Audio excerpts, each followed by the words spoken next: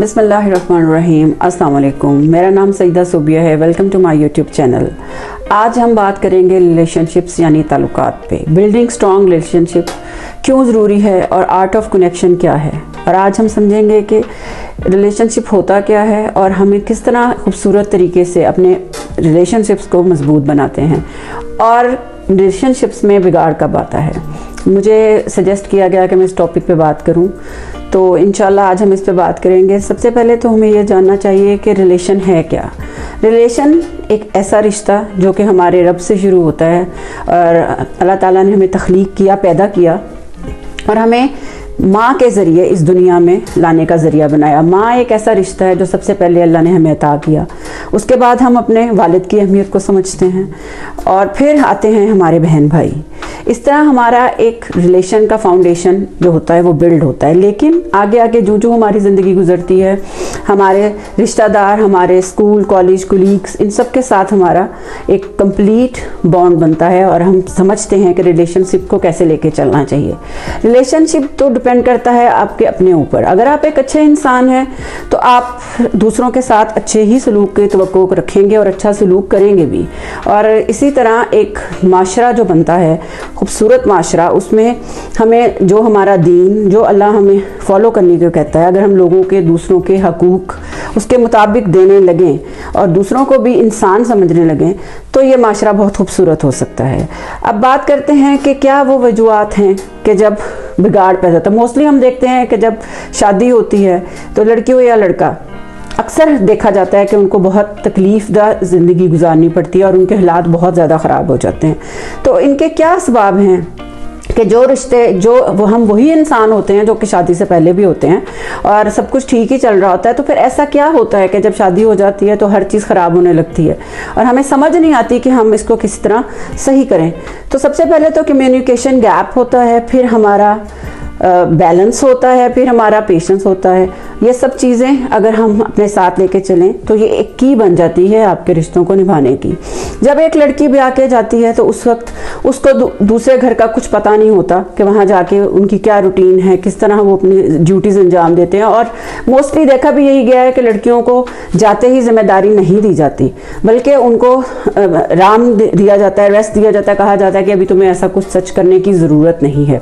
फिर आहिस्ता आहिस्ता ग्रेजुअली उनकी ड्यूटीज़ जो हैं वो चेंज होने लगती हैं। मगर यहाँ पे ज़रूरत इस समर की है कि जब समटाइम्स हम देखते हैं कि हमारे रिश्तों में कम्युनिकेशन गैप बहुत ज़्यादा होता है कि कोई चीज़ हमें समझ नहीं आती तो हमें ये बहुत अजीब लगता है और मुश्किल काम लगता है कि हम वही चीज़ जो है वो किसी और से पूछें। तो यहाँ पे फिर दोबारा रिश्तों की मैं बात करूँगी कि अगर आप हर रिश्ते की उसको उसकी हुर्मत के मुताबिक इम्पोर्टेंस दें तो वो रिश्ता कामयाब रहता है। और जब हम किसी रिश्ते का सही हक अदा नहीं करते तो फिर वो मुरझा भी जाता है और उसमें आपको बहुत ज़्यादा कम्युनिकेशन गैप्स भी पड़ते हैं। कम्युनिकेशन एक वाहिद ज़रिए है जिससे हम हर तरह की गलतफहमी को दूर कर सकते हैं। अगर आपको कोई चीज़ समझ नहीं आ रही, क्यों ये एक सास नहीं समझ सकती कि अगर जैसे उसकी बेटी है उस तरह बहू भी हो सकती है। इतनी चाह से वो अपनी बेटी को ब्याह के लाती है, तो अगर उसे कोई चीज़ समझ नहीं आ रही या कोई रूटीन उसके मुताबिक नहीं बन रही जैसे आप चाहते हैं कि वो काम करे, तो आपको पेशेंस, यानी यहाँ पे फैक्टर पेशेंस का आ गया कि हमें पेशेंस करना चाहिए, सब्र करना चाहिए, उसे समझाना चाहिए कि ये रूटीन किस तरह होगी और इसके लिए आपको दूसरे बंदे को प्राइवेसी और स्पेस देना होती है। इसी तरह अगर एक बहू की बात करें तो अगर वो अपनी माँ के साथ कम्युनिकेट कर सकती है, उससे कोई चीज़ पूछ सकती है, तो वो अपनी सास से क्यों नहीं पूछ सकती। और अगर उसे कोई चीज़ नहीं समझ में आ रही तो वो क्यों नहीं उनकी राय ले सकती। किसी की राय लेने से कभी कोई छोटा नहीं हो जाता। तो यहाँ पे फिर पेशेंस की मैं बात करूँगी कि समटाइम्स आपको हालात ऐसे लग रहे होते हैं कि आपका नहीं गुजारा हो रहा, मगर सब्र करके अल्लाह ने हमें बहुत सारे महाजों पे सब्र का सबक दिया है और हमें ये मालूम है कि सब्र एक ऐसी कुंजी है जो हर चीज़ को ठीक कर देती है। और तो क्यों ना हम अपने हकूक़ में भी सब्र पैदा करें। ज़िंदगी हमें हर लेवल पे चेंज कर देती है। आपने सुना होगा every next level of your life demand a different version of you. तो जब आप शादी के बाद ना सिर्फ आपको अपने ससुराल वालों के साथ बना के रखनी होती है, मगर आपका रिलेशन आपके हस्बैंड के साथ भी अच्छा होना चाहिए, क्योंकि अल्लाह ताला ने तो ये बहुत खूबसूरत रिश्ता बनाया है और इसके अंदर आप एक दूसरे को सुकून देने के लिए होते हैं। तो अगर आप एक दूसरे के साथ पेशेंस नहीं दिखाते, प्राइवेसी नहीं देते, बैलेंस नहीं रखते, तो ये भी बिगाड़ पैदा कर सकता है है इस खूबसूरत रिश्ते में। इसके साथ साथ जो वक्त गुजरता है हम देखते हैं कि फिर अल्लाह ताला हमें औलाद से नवाजता है। औलाद के साथ डेवलपमेंट ऑफ रिलेशन बहुत ज़रूरी है, क्योंकि वो चीज़ें जो आप खुद में भी नहीं देखते, आप चाहते हैं कि आपकी औलाद में नजर आए। आप उनके लिए अपना रोल मॉडल बनना चाहते हैं, आप चाहते हैं कि वो ज़िंदगी में कामयाब हों, आप उनके मुस्तकबिल के लिए परेशान होते हैं और आप खुद को टोटली चेंज कर देते हैं। और इस चेंज से ही आप अपनी औलाद को बहुत खूबसूरत तरीके से आगे लेके जा सकते हैं। आपको उनके मुस्तकबिल का ख्याल होता है और आपकी औलाद भी ये सीखती है कि हमने आगे ज़िंदगी में कैसे क्या करना है और कैसे रिलेशंस निभाने हैं। तो जब आप हम सबको ये पता है कि एक रिलेशन और जो है वो डिपेंड ही हमारे अपने इखलाक और अपने आप पे करता है। अगर हर इंसान ये समझ जाए तो मेरे ख्याल में ज़िंदगी इतनी मुश्किल नहीं हो सकती। स्पेस देना, स्पेस लेना, दूसरे की प्राइवेसी का ख्याल रखना, एक दूसरे से मोहब्बत से बात करना, हमारा तो दीन ही इतना खूबसूरत है। बर्दाश्त कर लेना, हम लोगों में बर्दाश्त करने की बिल्कुल आदत नहीं होती और हम ना ये सोचते हैं कि हम समझते हैं कि सिर्फ हम ही हैं जो सब कुछ बर्दाश्त कर रहे हैं और बाकी ज़िंदगी सबकी परफेक्ट है।